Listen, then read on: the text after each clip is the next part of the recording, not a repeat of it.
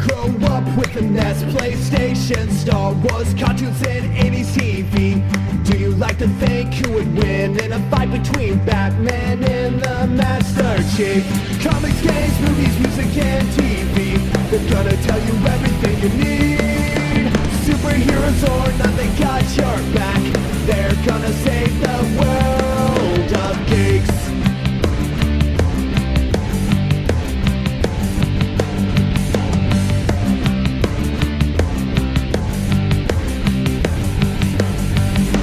Games, movies, music, and TV, they're gonna tell you everything you need. Superheroes or not, they got your back. They're gonna save the world of This Week in Geek. This Week in Geek. Well, hello. Welcome out to another show. This was planned to be a regular Twig full show with news and weird news and all that stuff until just the last minute. Birdman has some personal, very important things to attend that came up out of nowhere. If you follow his socials, you'll see where that is. So he is busy in the week and will only be available maybe one day or so for us to record some of the prototype stuff for the Summer Game Fest stuff. He planned to be on all of them, but he's probably not going to be able to make all of them. He's going to make 2 or 3 of them, I think, in total over the next 2 weeks. I was then thinking of doing this solo, but I'm going to have to pre-record some of these segments, and we're not going to be able to do the news or weird news because I can't say what exactly just yet, but I've had the opportunity to do some press screenings for a few different things related to Summer Games Fest, as well as other showcases that are happening later on in the week. I'll be able to see some things a little earlier with some of the press, and it just so happens that is going to align up with when I would have been able to record and get the show prepared if I was doing a full show.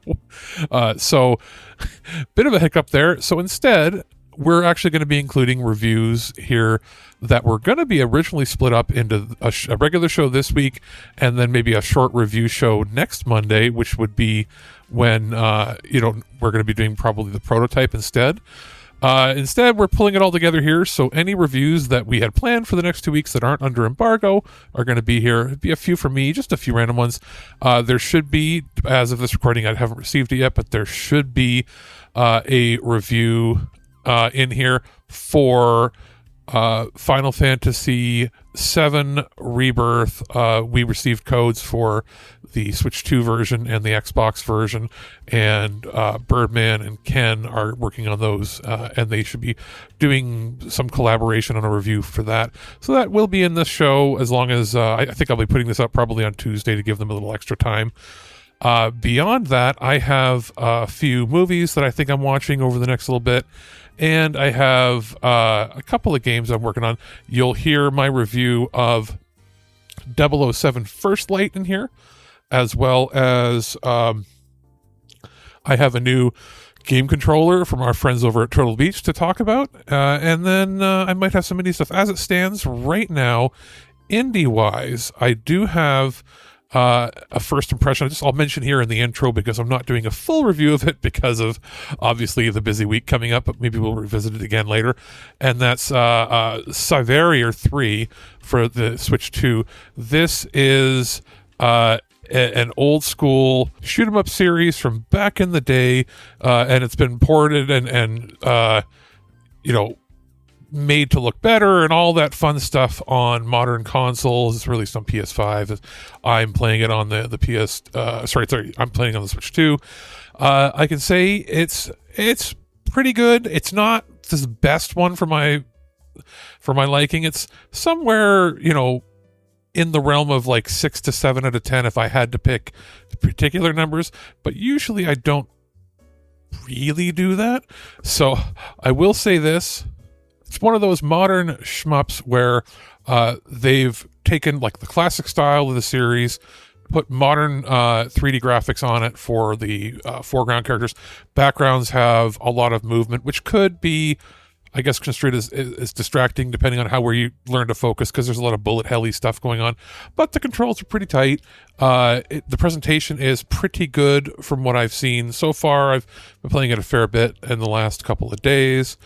And I'll probably talk about this at a later time too, when I do maybe a roundup, maybe at the end of the month or something like that, of maybe a little longer reviews of some of these smaller titles that I've checked out. Our friends over at Red Art Games, they've been putting out some pretty cool releases, both retro porty stuff, and then stuff that's like sort of remakey in this sort of realm, or continuations in this sort of realm. And it's pretty good so far. I mean, I've had a pretty good time with it. I think it's not going to be for everybody, but if you're a big fan of the shmup genre, this is a good game to play, especially as we're entering into the summer months. So that's probably it, I guess, for this intro. I haven't seen any movies recently. I've just sort of been trying to catch up on a lot of stuff on the podcast end, in the background, getting stuff done on the website. There have been upgrades to the background that you won't see, but should improve the website speed and all that fun stuff. And just getting ready for all the Summer Game Fest stuff. So I'm going to send it to a bunch of the reviews that we have ready to go that were planned again for this week and next week's regular show, all put into one. They should be, fairly short and concise for most of them, I would say. And then I'll come back at the end quickly, just give a brief update on how the programming, fingers crossed, is all going to work out over the next 2 weeks for Summer Game Fest. So I guess I'm going to send it off probably to myself, and then we'll be back right here on ThisWeekInGeek.net. I didn't catch your name. I didn't give it. Bond is immature and reckless. Headstrong. Thrill-seeking. Issues with authority. Meet our new star, Air Crewman Bond. Do you mind telling me why I'm here? I want to make you a spy. St. John Smythe, my dear. 009 is a master manipulator. To catch him, we're going to need eyes everywhere. When you're ready, Bond. What about the girl? A means to an end. That's an interesting pickup line. Whatever his endgame is, we won't see it coming.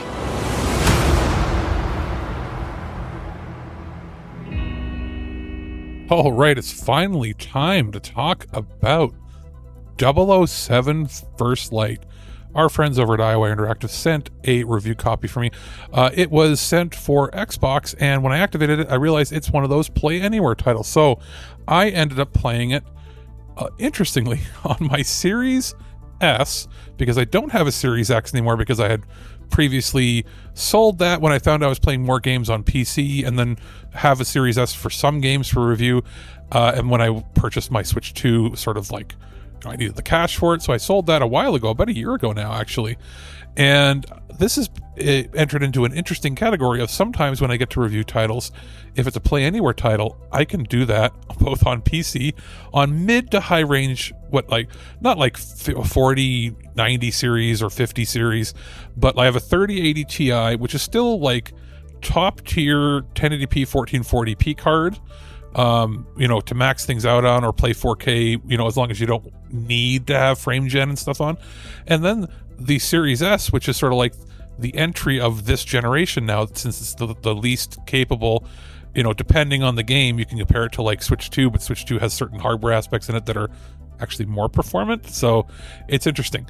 So I did a little bit of both. I played a little bit in the living room on my big TV, my 65-inch TV with the surround sound set, and I played the game.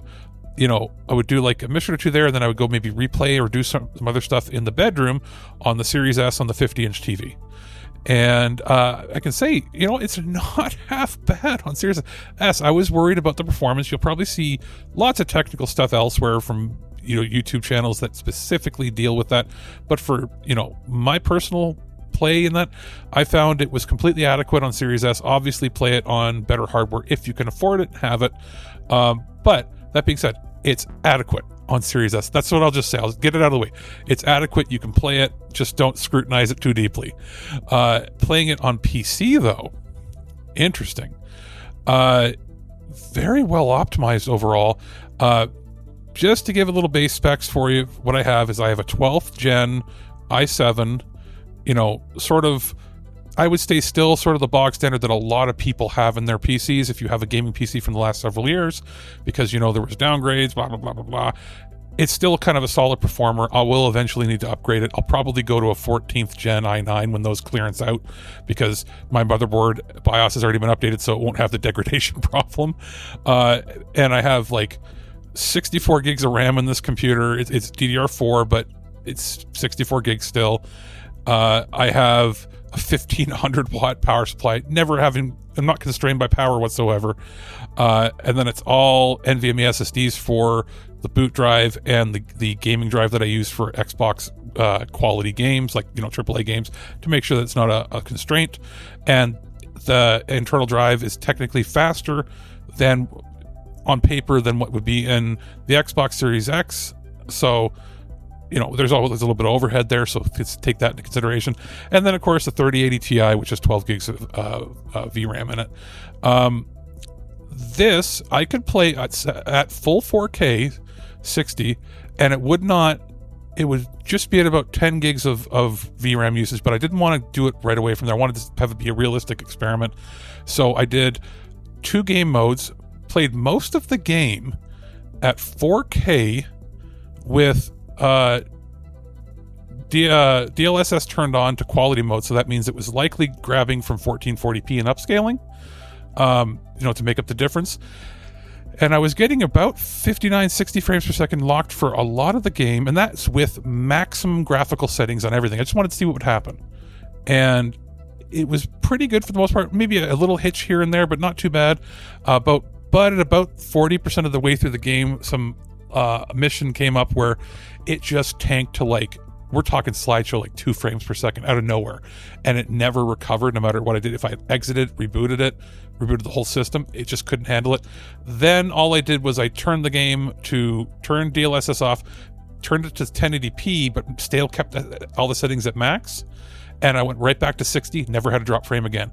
So it was if you have a similar generation system of mine, with a 3080 Ti, maybe a 40, 70, 40, 80, something like that, you could probably push it a little more, because I don't have frame gen in mine, right? And I don't have some of the more advanced features, but just pure rasterization, because as far as I could tell, there was no RT, no ray tracing stuff, and that's why I was able to do it as well as I did for that long.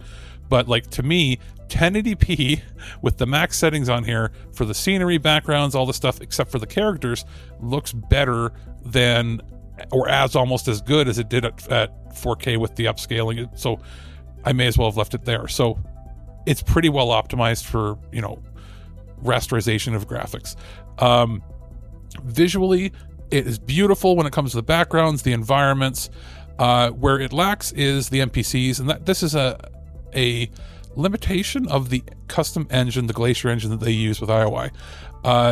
Because there's so many characters on screen at once, they all kind of look a little bland, especially at farther distance. When you get closer, you see how kind of generic they look.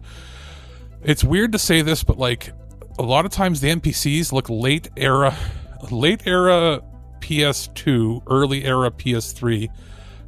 I would say about 80 to 90% of the main character and supporting cast of bespoke characters look late era PS3, very early era PS4. They do look 10, 15 years old. And the biggest comparison you're going to make with this game is likely to the Uncharted series, because that's what it feels most like. It's like Hitman crossed with Uncharted. That's probably the best way to put it. And weirdly, Bond himself, maybe this is a hot take, I don't mean for it to be, he looks rougher than Nathan Drake did 12 years ago on PS4. It literally, you would think that something with this kind of a budget that big, they would do it. It's not an issue with the actual game devs or anything. I think it's just a limitation of maybe the engine at this point, because yes, it's a custom bespoke engine. They keep upgrading it, but it's still kind of something that's based on an engine from a decade or two ago. So that beside the point, because you're mostly playing it where you're not really looking at Bond's face the whole time. But when he does show up, he looks low poly, low detail, even when I had it at max settings. And it's compared to some of the other characters. Some of the other supporting cast members look full current generation, like almost like the quality you've seen from the cutscenes of the trailers for like GTA 6, which is I guess another good comparison for a contemporary, big budget AAA titles coming out, fingers crossed sometime in this year. And where it's weird that some of them look much better than Bond himself, and then some of the Bond girls look a little rough, and like they look like 10-year-old graphics in this beautiful environment.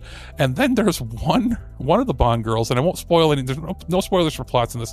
One of the Bond girls encounters, you're like, what the hell? It's like so much higher fidelity quality than anything else. It's almost like they picked and chose a couple of characters to really push it for a couple cutscenes and a few in-game scenes, and then everything else is like a visual downgrade, but again, only for the characters and NPCs. Environments, cars, particle effects, gunfire, everything is like top tier, high end, and then it's a little off-putting. That's the only thing that took me out. That, and there's a little bit of gameplay where it does feel like a loop from 15 years ago, and not the best kind, where when you die for a game that's running off of an SSD and loading, it takes a fair bit of time, longer than any other current gen game on modern hardware that I've played does, to reload a save or get to the last checkpoint. Like, it's surprisingly like 30 to 60 seconds sometimes, and I'm like, what? It shouldn't take this long to populate, and not anymore. So I don't know if they're not using like direct storage, or if there's something that's different about how their engine works, but it is what it is. Outside of that, there's little quirks there. Some of the mechanics for how you figure out how to do bosses and that seemed a little archaic and old. You would almost figure with how much creativity is involved in the game. Like, there's parts where it's like, here's your objective, and there's like 4 or 5 ways to do it, almost like immersive sim style. And doing so is super fun. You can probably get many different ways to play, and there's also different like challenges you can do to replay in their like virtual reality mode, which is basically replaying missions with different challenges, which is pretty cool. And I hope for that they end up doing like DLC or mission packs or something where you can play out classic scenarios in the future. That's something to discuss maybe with the boys at a later time when everybody else has had a chance to play. But that part's pretty cool, but then bosses are forced combat encounters where you have to beat a specific way each time, and it's like, it's a little jarring. It feels a little old school, and not in the fun old school way, because there are so many other ways. You can go stealth, you can go combat, you can avoid things, you can do other things, you can completely make how most of the missions go your own. Except for this, it's almost giving me like kind of flashbacks to like the Deus Ex Mankind Divided and Human Revolution games, where they ended up patching in alternate routes and stuff to do for the bosses because of the backlash of that. I don't know if it's necessarily going to be that many people complaining about that, but that's what's taking some of the charm away from me. The rest of the presentation is fantastic. Audio, perfect. Fantastic voice acting. A little off with the low poly and low quality facial movements for some of the characters and action movements, but it has a good hub world. There's some moments in the story where it seems to jump ahead a little faster than it should, or it feels like you've missed something and it's just, oh, here's the next plot point, but there wasn't like an explanation as to how you got there, and it also doesn't lead you in a way that it could connect the dots in your head as easily as it should, enough to make you feel like you've jumped out of it. Outside of that, great gameplay, good combat, good accessibility options for making text bigger, all that sort of fun stuff that you see in modern games now. They're doing a good job of it here. Difficulty is pretty well balanced. You can put it on like an easy, normal, or hard mode. You can also turn on an accessibility option to turn off QuickTime events where it auto-completes them for you if you have trouble doing that. I played a little bit with it on, a little bit with it off. I preferred eventually just to keep that part off. I found that part was a little more tedious than it needed to be for my own personal preferences, but that is a separate toggle from outside of the difficulty. So you can play it on the hardest mode, but if you don't like QTE stuff, turn off QTE. You can play it on the easiest mode, leave QTE on if you want to, all that sort of stuff. So pretty cool that way. There's a lot to do in the game. I'm not going to say exactly how long it was, but it's a meaty enough game that I was surprised at how long. It feels like 1.5 to almost 2 James Bond movies in length in the plot line. Not quite like a TV series or miniseries, but definitely longer and more plot points than what you would have in a single James Bond movie. So that itself is pretty awesome. Good casting, good writing, very good writing throughout.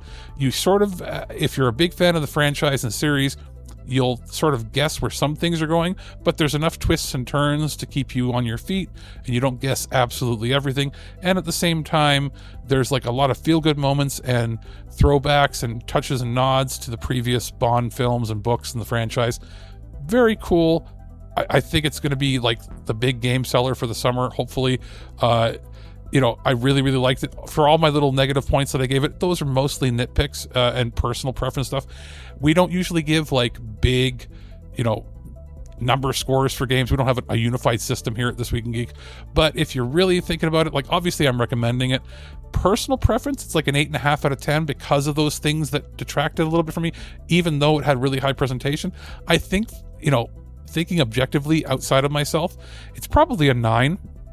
Some people might even call it a 9.5, but I would say settling on somewhere around a 9, personal preference 8.5 out of 10.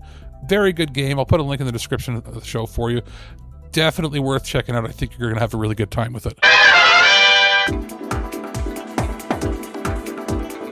Cleopatra Entertainment has sent over a Blu-ray of Diano, Iron Maiden's Lost Singer, which is part biography, documentary, I guess, sort of tribute to the singer, as well as regular documentary showing the trials and tribulations that he had when he had health issues. Obviously, there's talk in it about the health system not failing him, quote unquote. You'll have to sort of watch it yourself to see how you feel on that, as well as chronicling a few people trying to raise money to get him the help he needed, as well, and like returning to stage to do performances again. It's one of those rock documentaries that will stick with you after you watch it. It's well worth the watch for sure. It's available on Blu-ray, DVD. I received obviously the Blu-ray to look at, and there are deleted scenes from this that were cut from the original documentary broadcast of it. It's a completely region-free disc, so it works in all regions. Doesn't matter what player you played, and it's going to work no problem whatsoever. There's slideshow of rare photos and bonus trailers on here. There's a bunch of famous, obviously, metal musicians that are involved. James Hetfield, Gene Simmons, Steve Harris, Paul Diano, obviously, Gary Holt, Dave Ellison, Blaze Bayley, amongst many more that contributed to the whole talk. It was actually good. I had not seen the trailer for this beforehand, but I was a big fan of Iron Maiden, especially when I was in like middle school to high school. That's one of the entry bands that like get you into metal, especially in the 90s when I was starting to listen to metal. Was you basically went one of two routes, other than Metallica obviously at the time. You went one of two routes. You went like nu metal at the time, which at that time that was building up at the very end of the 90s. You had your Korn and all that stuff, and that was sort of mainstream with the metal community, with the young kids, even though older people didn't care for it. Or you went the Metallica route too, but a lot of it was people getting into Maiden, especially even the early albums with the first two with Paul Diano, because a lot of friends of mine, I didn't get involved. I was not big into like skateboarding, but they were into skateboard culture that was becoming big, and that was when pop punk was at its peak. The Tony Hawk Pro Skater crowd was happening, and you'd have like a lot of like hardcore punk bands that people are getting into, but they would sort of venture their way into it listening to the pop punk of the 90s, some of the hardcore punk of the mid to late 80s. But the real crossovers were both Motorhead and Iron Maiden, and the melodic side of it was Iron Maiden, and that was sort of how a lot of people that were into the skater world would get into metal, was through Iron Maiden. And because those first couple albums with Diano were very much punky, like they were punk, fast, but could play their instruments really well. So this is just my little insight as to why I was interested initially in even checking this out. And I can say it was well worth the watch. I'll put a link in the description. If you're a big fan of rock and metal documentaries, this is definitely going to be one you will want to pick up and have in your collection.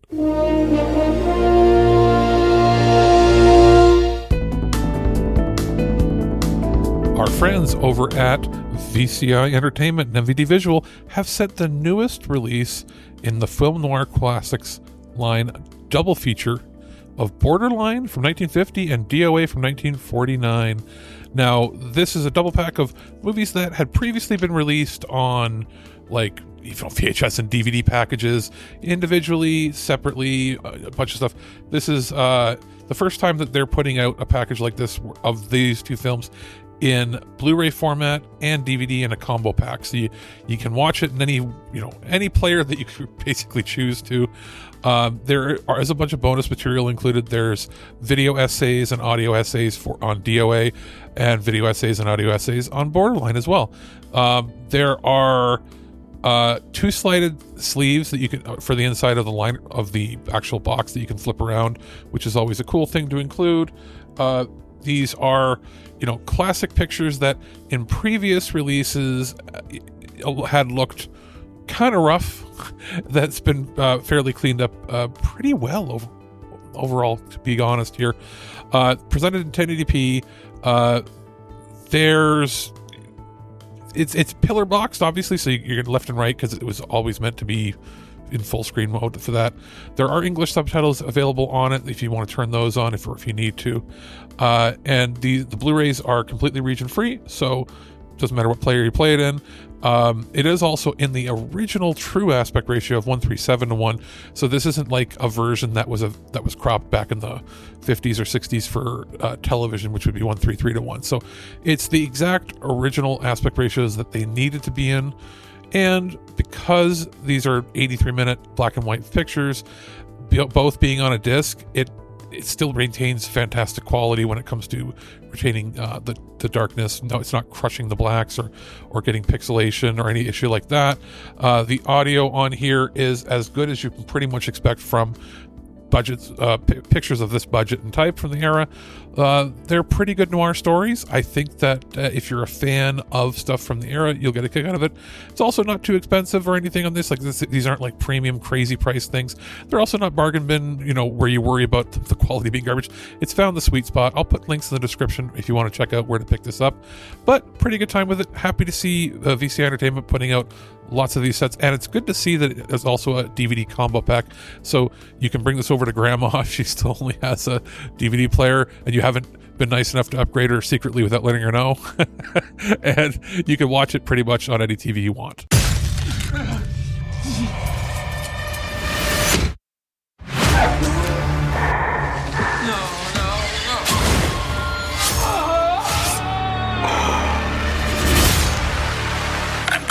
Everyone you love suffer, including your pretty daughter. Don't you fucking dare!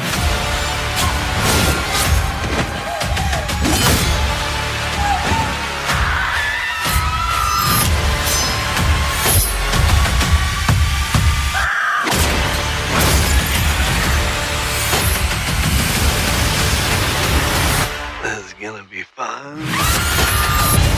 Scream. Creepy is kind of hot. Only in theaters Friday. Get tickets now. Alex, the producer, here with just a quickie review of Scream 7. Our friends over at Paramount sent a review copy of it on 4K Ultra HD disc. That also includes a Blu-ray and digital code, which is what the standard is from them. I always like that they include all of that. So it's watch on most systems, basically. For those wondering, it's one of the discs are manufactured in Germany, so it's from one of the better locations to have them done where there's less mastering errors that you sometimes encounter. You kind of have to mention that now for the collectors out there. But it's pretty solid. I'm not going into the plot itself because we would have talked previously about it on the show, as well as they're interesting. I know I saw it in theaters, and a lot of people did too. So it's one of those things where I think at this point you either love the franchise or you're not interested. There's not really anywhere in between anymore. That being said, what we have here is a pretty good home video release when it comes to the quality. It was already filmed in the modern style of, a little bit darker cinematography, which on lower end TVs can look kind of rough, where you see like the crushing of the blacks, or it's like macro blocking, that sort of stuff. Not so much here. I have a mid-range TV and a slightly better mid-range TV. I don't have high-end stuff, but I do have one that does regular HDR and one that does I would say entry-level Dolby Vision. And here, Dolby Vision with Atmos, watching it on my set, looked great. It seems like it was mastered quite well. Obviously, the color is richer. You get a little bit brighter, a little overall better experience. Watching the DVD of it, it's a little rougher. It's still good. It's going to be better than streaming either way, no matter which way you look at it. But obviously, the 4K is the feature here that is much more preferred. It is something that makes use of the Dolby Vision a lot better than you might think. As far as special features are concerned, there is a making of featurette on here, as well as one on production design, which is pretty good. Stunts, feature on the stunts that were done in the film. There is a music video included, which is kind of cool to include that, and some deleted scenes that you can sort of get why were deleted. It's not like anything revolutionary, but it's always good to have those on disc. You can't get that on streaming, I'll tell you that much right now. And as far as the audio design is concerned, it's actually very well done. This is obviously on 4K, so it's on the 4K disc, it's region free. On the Blu-ray, it is region A for North America, so keep that in mind. You can, if you want to, like, import it to other countries, you can watch the 4K disc anywhere in the world.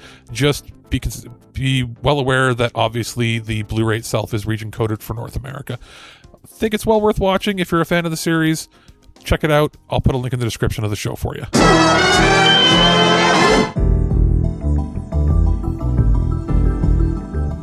Our friends at Turtle Beach have sent over the Pacific Skyline wireless controller designed for Xbox for us to check out and review. Always good to see new stuff from Turtle Beach come into our doorstep, because they've always got interesting releases. I'll say this, it feels very lightweight, but it still feels slick, and the plastic feels like of good sturdy quality overall. This is, they're calling it the Pacific Skyline wireless controller. Very much has the GTA feel to it, and the timing of this release, obviously GTA has been pushed back multiple times. It just kind of feels like this would have been paired with that, so maybe hint hint, wink wink, if you end up playing GTA on Xbox when it eventually comes out, maybe pair it with this. That's probably what I'm gonna do. It's got a $90 MSRP on their website in the States. Check your local country sort of thing for what it's going to be where you live. Same with us here in Canada. It has the back programmable buttons on it. It has the headphone jack on it that you can plug in. You can control the chat pad stuff through the D-pad, similar to what they've had in the past. But it does have RGB lighting that reveals like San Diego skyline details on, behind it, sort of a strip across where the D-pad and right analog stick are. It's pretty cool that way. You can play wirelessly on Xbox and Windows 10 11 via a USB transmitter. And then there's a Bluetooth connection for Android and streaming devices if you want to play that way. But that's also how you do the firmware updates. I tried to use the Swarm 2 app on PC that I use for updating most of their devices when it comes to like controllers for PC and that. And when I did, it was like not detecting it. And I looked at the little booklet it comes with, and it says install it on your phone. I did that. They must have changed or upgraded some of the stuff on the tech, how it works on the inside with the Bluetooth, because I had the wireless adapter plugged into the computer, and then I had the controller, paired to that automatically. It just auto found it. And then when I was on my phone, I was able to connect to the controller. At the same time, it was also connected via the other dongle. So both the wireless dongle and that were connected at the same time. And then it detected through the controller the adapter on the computer without my phone connecting to the computer directly. And it said, hey, there's a firmware update for both. Don't unplug it. And it first sent the firmware update through the controller to the adapter on the computer, updated that, finished, and then it updated the firmware on the controller, and then I was able to sort of forget it within my phone because I didn't have any plans to use it on there, and everything was updated fine. It didn't have to reboot the controller or the PC or anything. That was pretty cool. It's just surprising that it's all done through the phone and not through the Swarm app on the computer. That out of the way, cool. As far as updating the firmware on an Apple, I don't know if it has that. I couldn't see anything on the website or anything regarding that. It might be updatable only via Android, or at least at this time, from what I could see. Again, don't quote me on that. It's just my experience. I don't have any modern Apple devices to test that on.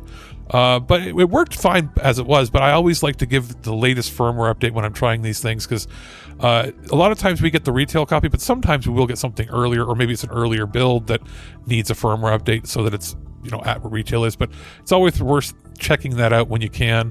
The thumbsticks are TMR, so you know you're not going to have drifting whatever at all with it.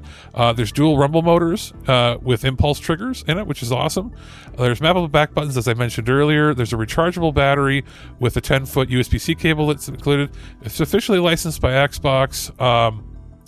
It's pretty slick looking, man. Like, overall, the only concern I might have is because of how smooth it is when you're holding it. If your palms get maybe a little sweaty, it might be a little slippery.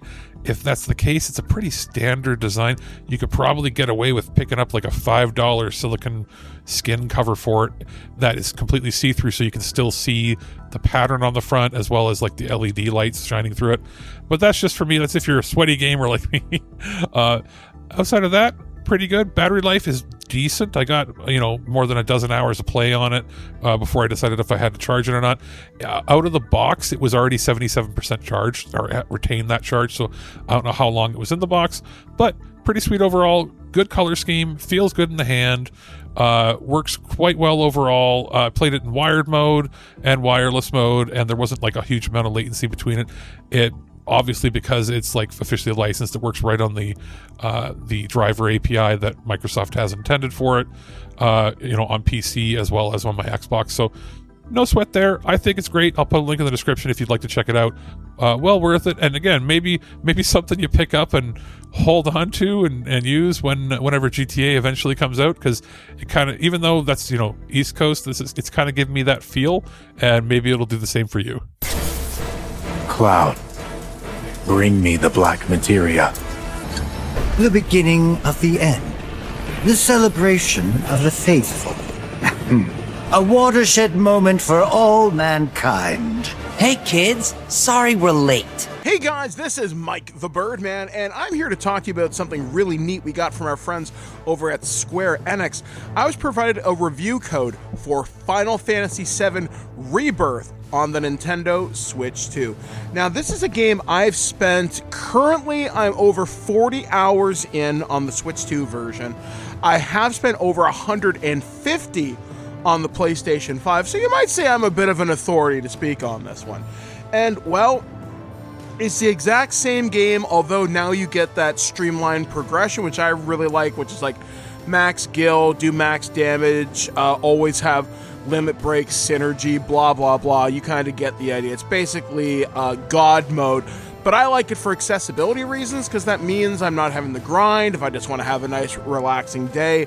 In fact, I was glad I was picked to do this review, because this is one of my chill games. But let's get to it. Okay, in terms of technical performance, for the most part, it is really good. However, I made sure to clear most of my internal memory card so I could make sure this game ran directly from the system's memory.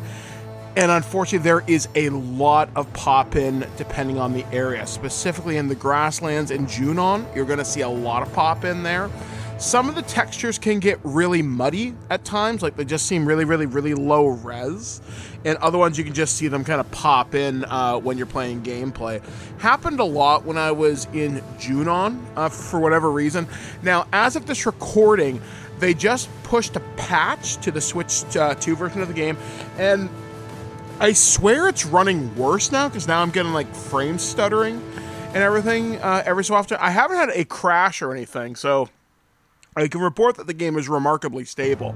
But there are other times where the graphics look just as good as PlayStation 5, specifically in cutscenes, but anything that's rendered in engine can look really good, like on par with a base PS5, or at least that's what it looks like to me. And then other times it'll get kind of muddy for a second, and then the system remembers, oh yeah, I'm next gen.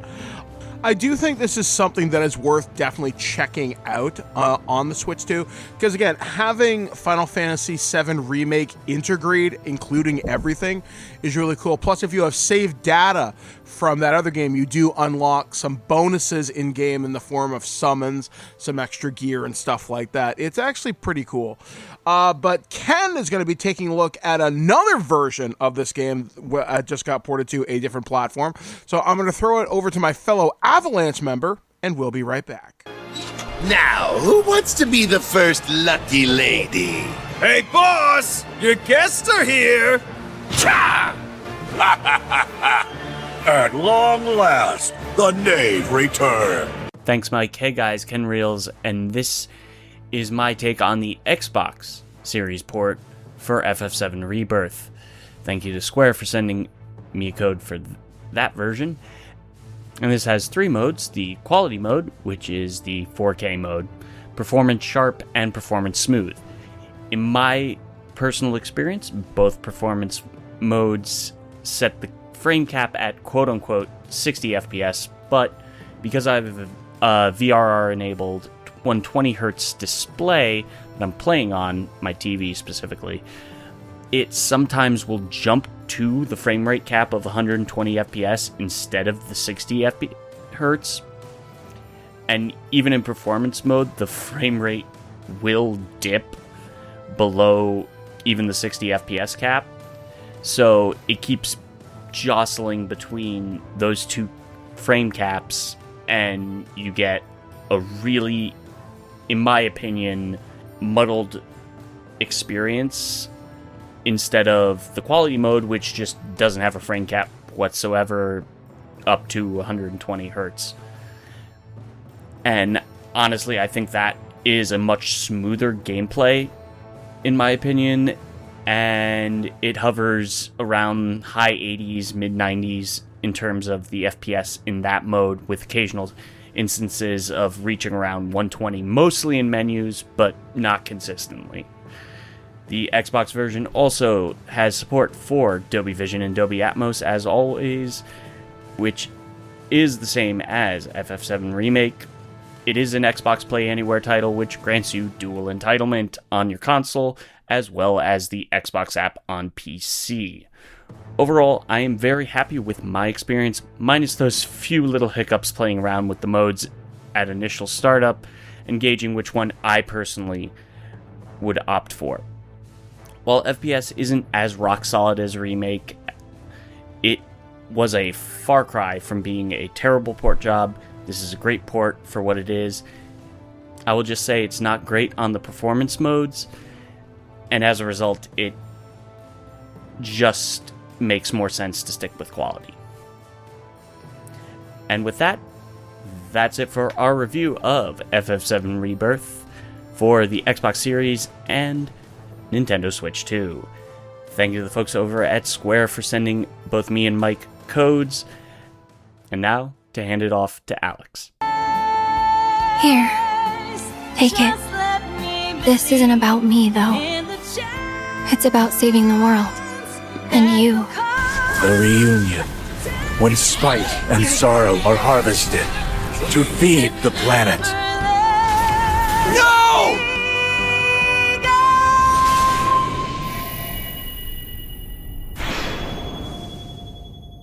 Those magnificent bastards! Color me kooky, but something very odd is going on around here. You're not allowed to talk anymore. And that's going to do it for the show this week, and I guess technically next week, but we'll have plenty of stuff coming up on the website. So, as of this recording, the plan is for the prototype stuff, we will be doing a recording either, I think it's going to be Wednesday morning. That's going to cover the few indie showcases that have already aired, as well as the Sony State of Play.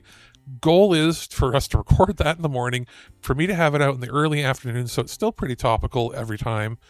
And then we'll also have a recording on, I'm thinking likely Saturday morning. That's going to cover the showcases that happened, the indie ones after that, leading up to and including the main Summer Game Fest show. And then we will have one likely on the Monday morning, which would usually be when we do or have the regular show. And that will cover the other indie stuff that up to that point should be most of it. I don't think anything has been announced after that. And the Xbox and PC showcases. And then we're going to wait probably a few days after that in case Nintendo plans to do something. If they don't do anything by midweek of that week, then for the Friday or Saturday, we plan to do a final recording to give our thoughts on the full Summer Game Fest / not E3, whatever you want to call it, time period. And that'll be it. It'll be a little more concise than we've done in previous years because it's not quite as spread out as it's been in the last 5-6 years. So that's good. And then, of course, if Nintendo does decide to do something mid-month, we'll hop in with a prototype on that, but it won't be part of the main discussion. Maybe just give anecdotal thoughts of how it compares to all the stuff in Summer Game Fest. That's as of this recording. Who knows over the next week if Nintendo announces something last minute, it just pops up. So we shall see. Outside of that, we have a brand new spellbook ready to go for Wednesday, airing obviously noon on CFRU Radio. You can listen to it live there. And then if you miss it there, you want to listen to it through us and our syndicated versions of it, it's going to be at 5 p.m.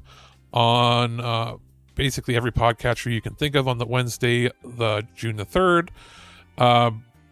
We have an Earth vs. Soup on Plan 9 from Outer Space, which is both the 59 version and the 2016 version. That'll be on Thursday. We have on Friday morning a loose cannon on cinematic. The title is just Cinematic Intervention. That's good to go. And that's the stuff that we're going to have this week that's not prototype gaming Summer Game Fest related. So still a lot of cool stuff there. And then, going into next week after that, we have an Earth vs. Soup ready to go on June 11th for Escapement, a 1958 movie. And after that, we will see there should be more spellbook stuff ready to go. And we're starting to ramp up production, getting things ready for the summer break that we're going to be having, starting at some point in early July. But yeah, it's going to be pretty packed over the next couple of weeks, like we usually do every year. A lot of stuff for prototype, ramps up now, and then we have a ramp up of that content and coverage and all that stuff, usually as we get closer to the end of the year for holiday gift guides and all the fun stuff for like the Game Awards and all that cool shit. So the discussion that we planned to have, Birdman and I, on Pragmata is going to have to wait. I'm thinking that might be a summer coverage thing that we do during the break. He planned to get to it, but obviously some personal and business related stuff came up for him that is not going to allow him to record nearly as much over the next couple of weeks. So we shall see where that goes, but we do plan to have an interesting discussion on that once he's had time to decompress and relax and enjoy it. We might end up doing a similar thing for 007 once everybody has had a chance to play it to think about it. But yeah, really fun stuff coming up. Stick around if you like the gaming content that we cover. There should be some good discussions over the next couple of weeks. So we'll catch you again pretty soon right here on ThisWeekInGeek.net. At no point in your rambling, incoherent response were you even close to anything that could be considered a rational thought. Thanks for listening to this episode of This Week in Geek. Hungry for more? Check out our website at ThisWeekInGeek.net.